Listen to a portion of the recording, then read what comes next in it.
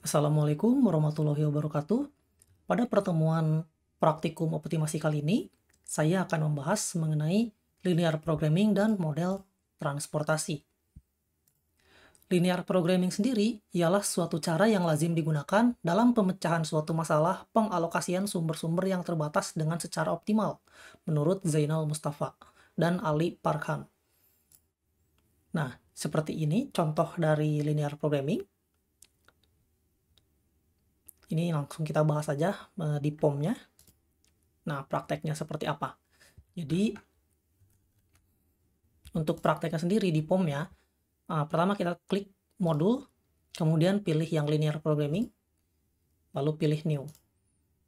Di sini number of constraint dan number of variable-nya disesuaikan saja, karena tadi di soalnya itu 2, jadi kita di sininya juga 2. 2 dan 2, kemudian objektifnya itu maximize, karena di soalnya kita akan memaksimalkan hasilnya. Lalu klik OK.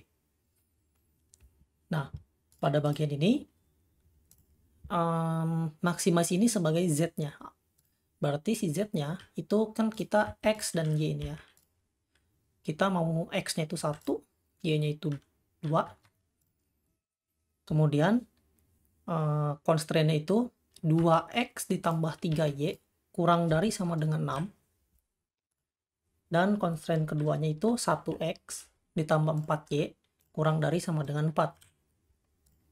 Bagaimana untuk menemukan solusinya? Itu kita tinggal menekan tombol solution atau solve. Sini saya tekan tombol solve. Maka seperti ini hasilnya. Untuk melihat data lebih detail lagi, kita bisa tekan solution, kemudian pilih tile. Nah, maka berdasarkan graph ini, kita bisa tahu bahwa untuk mendapatkan nilai maksimum dari soal yang tadi, itu kita perlu nilai X-nya itu 3, dan nilai Y-nya itu 1. Setelah itu, kita akan mendapatkan bahwa nilai maksimumnya itu sebesar ini. Yaitu X-nya 2,4 dan Y-nya 0,4, di mana nilai Z-nya itu 3,2. Seperti itu, teman-teman sekalian. Untuk soal linear programming ini ada contoh kasusnya, tapi akan kita bahas di dalam PPT atau nanti kita bahas saat pertemuannya saja. Jadi di video ini kita membahas secara singkat saja. Oke, kita lanjut ke model transportasi. Model transportasi merupakan suatu metode penentuan lokasi untuk menentukan pola pengiriman dari beberapa titik penawaran atau sumber ke beberapa titik permintaan atau tujuan. Biasanya dengan maksud untuk meminimumkan total biaya transportasi dan biaya produksi. Nah, sumber modal transportasi itu bisa berasal dari pabrik, gudang, kantor perwakilan, yang kemudian didistribusikan ke tempat tujuannya. Ciri khusus model transportasi itu biasanya terdapat sejumlah sumber dan sejumlah tujuan tertentu. Jumlah komoditinya didistribusikan besarannya tertentu. Jumlah barang yang dikirim besarnya sesuai dengan kapasitas sumber. Biaya pengangkutan besarnya sudah ditentukan atau tertentu. Nah, kegunaan model transportasi sendiri itu digunakan untuk mengatur distribusi dari sumber-sumber yang menyediakan produk yang sama ke tempat-tempat yang membutuhkannya secara optimal. Kemudian, untuk menentukan lokasi pabrik di mana harus dipilih beberapa lokasi dari beberapa alternatif lokasi yang ada. Ketiga, digunakan bila perusahaan yang mempunyai beberapa pabrik dan beberapa gudang bermaksud menambah kapasitas satu pabriknya atau relokasi pelayanan dari setiap pabrik serta penambahan pabrik atau gudang baru. Nah, data yang digunakan untuk model transportasi itu terdapat tiap-tiap sumber beserta kapasitas atau penawaran per periode, tiap-tiap tujuan beserta permintaan per periode, biaya pengiriman per unit dan masing-masing sumber ke masing-masing tujuan. Permasalahan model transportasi itu secara umum ada dua, yaitu balance dan unbalance, di mana jika balance itu permintaan dan kapasitas selalu sama atau seimbang. Sementara jika unbalance, permintaan dan kapasitasnya tidak seimbang. Jadi, bisa aja permintaannya lebih banyak dari kapasitasnya. Fungsi tujuan model transportasi itu ada dua, yaitu mencari nilai maksimumnya atau mencari nilai minimumnya. Nanti akan tergantung soal kasusnya, apakah dia itu minimum atau maksimum. Nah, ini ada metode pemecahannya. Pertama, ada menentukan solusi feasible awal. Jadi kita menggunakan metode pojok kiri atas atau northwest corner, atau kita menggunakan biaya terkecil, least cost, atau menggunakan Vogel's approximation method atau FAM. Nah, ada juga kita menentukan solusi feasible optimal dengan menggunakan metode stepping stone atau modification distribution. Oke, di sini kita punya sebuah tabel, di mana si tabel ini sudah ada keterangannya juga lengkap. Kalau AI ini, dia berarti daerahnya, daerah asalnya, misalkan pabrik A1. Kemudian T1 atau TJ ini kemana dia akan dikirim. Jadi darinya ke bawah, ke-nya ke samping. Kemudian S ini sebagai supply-nya, seberapa banyak masing-masing pabrik itu dia mempunyai supply. D ini yang di bawah itu demand-nya, berapa banyak permintaan dari masing-masing tempatnya, tempat tujuannya. Kayak di sini misalkan T1, di pabrik A dia mintanya 20, di pabrik B dia mintanya 30, di pabrik C mintanya 50, berarti total demand-nya jadi 100. 20 tambah 30 tambah 50 jadi 100 demand-nya. Nah, di sini ada CI juga dan XI juga. CIJ ini dia itu berapa biaya transport dari pabrik ke tujuan per unit. Untuk XIJ-nya ini dia berapa harganya? Harga per unitnya. Oh, salah. Untuk XIJ ini berapa jumlah barang yang akan dibawa, yang akan diangkut, dipindahkan, ditransport. CIJ-nya ini dia berapa harga per unitnya. Kemudian di sini ada metode-metodenya. Itu ada pojok kiri atas atau northwest corner, merupakan metode untuk menyusun tabel awal dengan cara mengalokasikan distribusi barang mulai dari sel yang terletak pada sudut paling kiri atas.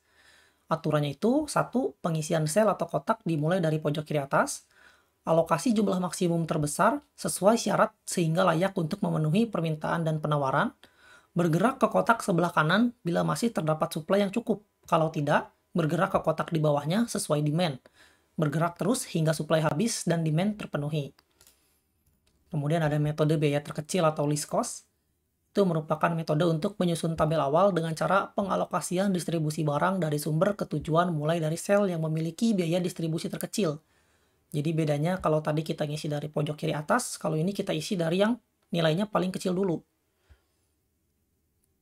Sampai semua selnya terpenuhi. Nah, untuk FAM, itu dilakukan dengan cara mencari selisih biaya terkecil dengan biaya terkecil berikutnya untuk setiap kolom maupun baris. Kemudian pilih selisih biaya terbesar dan alokasikan produk sebanyak mungkin ke sel yang memiliki biaya terkecil. Cara ini dilakukan secara berulang sehingga semua produk sudah dialokasikan. Aturannya seperti ini. Tentukan biaya penalti untuk tiap baris dan kolom dengan cara mengurangkan biaya sel terendah pada baris atau kolom terhadap biaya sel terendah berikutnya pada baris atau kolom yang sama. Pilih baris atau kolom dengan biaya penalti tertinggi. Alokasi sebanyak mungkin ke sel visible dengan biaya transportasi terendah pada baris atau kolom dengan biaya penalti tertinggi. Ulangi langkah 1, 2, dan 3 sampai semua kebutuhan atau demand-nya telah terpenuhi. Nah, bagaimana jika prakteknya di POM-QM for Windows? Ini mungkin kita bahas dulu yang model transportasi balance-nya. Oke, sini ini bisa kalian pause dulu, atau nanti bisa langsung diikuti saja POM-QM for Windows-nya. Oke, ini yang tadi kita ganti dulu modulnya menjadi transportation. Dan di sini kita pilih new. Kita lihat di sini ada 1, 2, 3, 1, 2, 3. Berarti ada 3 source dan 3 destination. Oke. Kemudian di sini kita tulis dulu ya. Ini pabrik 1, pabrik 2, pabrik 3, gedung A, gedung B, gedung C. Dengan harganya itu 20. Kemudian di sini 5, ini 8, 15, 20, 10, 25, 10, 19. Masing-masing gedung memiliki demand itu 50, 110, 40. Supply-nya 90, 60, 50. Oke, seperti ini. Jika sudah, itu kita tinggal klik solve. Kemudian pilih di sini. Bentar. Oke, jika sudah, itu kita tentukan starting methodnya, kita mau pakai metode apa. Apakah kita mau pakai northwest corner, minimum cost, atau Vogel. Di sini saya pakai FAM, Vogel's approximation method. Kemudian kita klik solve. Nah, berdasarkan soal tadi, kita bisa ketahui bahwa pabrik 1 itu mengirim ke gedung B sebanyak 60 dan ke gedung C sebanyak 30. Kemudian pabrik 2 mengirim ke gedung A sebanyak 50 dan ke gedung C sebanyak 10. Dan pabrik 3 mengirim ke gedung B sebanyak 50. Ini sudah sesuai dengan demand-nya, di mana gedung A memiliki demand 50 unit, kemudian gedung B memiliki demand 110 unit, dan gedung C meminta 40 unit. Nah, ini contoh kasus yang balance, karena hasilnya si kapasitas gudangnya dan demand-nya itu sama, supply dan demand-nya sama. Oke, di sini juga kita sudah tahu bahwa total harganya itu akan sebesar 1.890. Jadi nanti bisa disesuaikan dengan contoh kasusnya atau contoh soalnya. Seperti apa si datanya. Data dari pabriknya ke gedungnya, seberapa banyak pabrik atau gedungnya. Nah, ini kan kalau misalkan supply dan demand-nya sama, ya kan? Dua-duanya itu sama-sama 200. Kalau misalkan beda gimana? Atau nggak balance? Itu akan kita bahas sekarang. Oke, bagaimana jika model transportasinya tidak balance? Pada case ini, kita membutuhkan kolom dummy untuk menyeimbangkan antara supply dan demand. Bisa diisi dengan angka 0 di tiap kolomnya. Jadi kita akan membuat sebuah kolom baru di mana kolomnya itu namanya dummy. Jadi kita pakai si kolom itu hanya untuk menyeimbangkan antara supply dan demand-nya saja. Nah, contohnya seperti ini. Di sini kita punya kurang lebihnya mirip ya seperti tadi. Tapi bedanya di sini demand-nya itu 190 unit. 50 tambah 100 tambah 40. Jadi 190 unit dari sebuah gedung. Sementara kapasitas pabrik itu 200 unit. Jadi kita punya supply yang berlebih. Kita kebanyakan supply-nya. Nah, kenapa tuh? Kenapa kita butuh dummy? Jadi kita buat dulu kolomnya. Nah, di sini kita buat kolom dummy, itu gedung D atau dummy kolom. Di mana si kolom dummy ini kita isiin aja semuanya 0. Jadi harganya 0 dari masing-masing pabrik. Pabrik A 0, pabrik B 0, pabrik C 0. Kita isi kebutuhan gudangnya 10.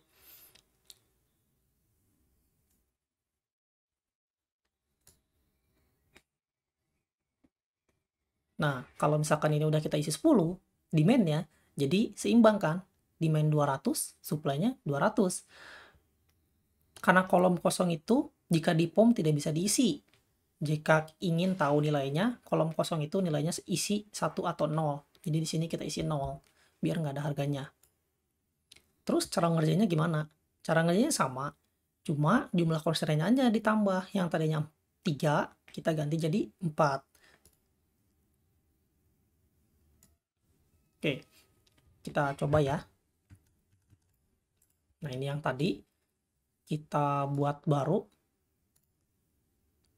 Source-nya 3. Ya, source-nya 3, destinasinya 4. Kemudian kita minimize. Oke. Nah, di sini kita ketik pabrik 1. pabrik 2.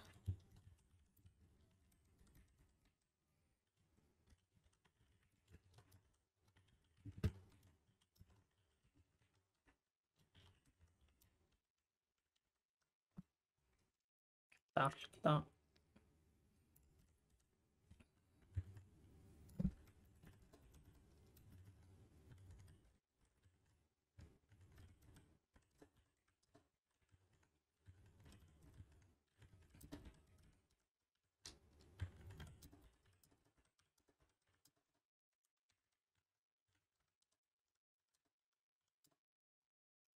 Nah, jika sudah diisi seperti ini, kita tinggal pilih aja sama kayak tadi kan. Kita pilih starting methodnya pakai FAM atau Vogel Appreciation Method. Kemudian kita klik solve. Nah, nanti kita bakal dapat deh kayak gini. Jadi, kita bakal ngirim si pabrik 2 ngirim ke gedung A itu 50 unit. Pabrik 1 ngirim ke gedung B 60 unit. Dan ngirim ke gedung C 30 unit. Pabrik 2 juga ngirim ke gedung C 10 unit. Pabrik 3-nya ngirim ke gedung B 40 unit. Jadi semuanya udah pas. 190. Supply yang berlebih tadi dari pabrik 3 itu kita simpen ke si dummy ini. Jadi kita kirim ke dummy aja. Nah, totalnya itu akan jadi segini, 1790. Karena si dummy ini yang 10 ini kan dia nggak ada harganya, itu 0 tadi. Oke. Mungkin untuk penjelasannya sampai di sini terlebih dahulu. Mungkin ini yang perlu diingat. Kasus-kasus yang diselesaikan dengan model transportasi dan berbagai macam metodenya yaitu bersifat trial and error. Jadi harus dicoba dulu, kemudian ketahuan tuh bener apa enggak. Kalau misalkan error, ya kita coba lagi yang lain. Belum tentu kalau misalkan kita di sini pakai metode Vogel, itu akan selalu benefit. Jadi harus dicoba lagi metode-metode lainnya, seperti itu. Mungkin cukup sekian untuk penjelasan materi pada video ini. Selebihnya itu dapat dibaca di modul dan di PPT-nya sudah sangat lengkap sekali. Ada contoh kasusnya juga. Jadi silahkan nanti kalian baca dan pelajari lagi. Terima kasih. Sekian dari saya. Wassalamualaikum warahmatullahi wabarakatuh.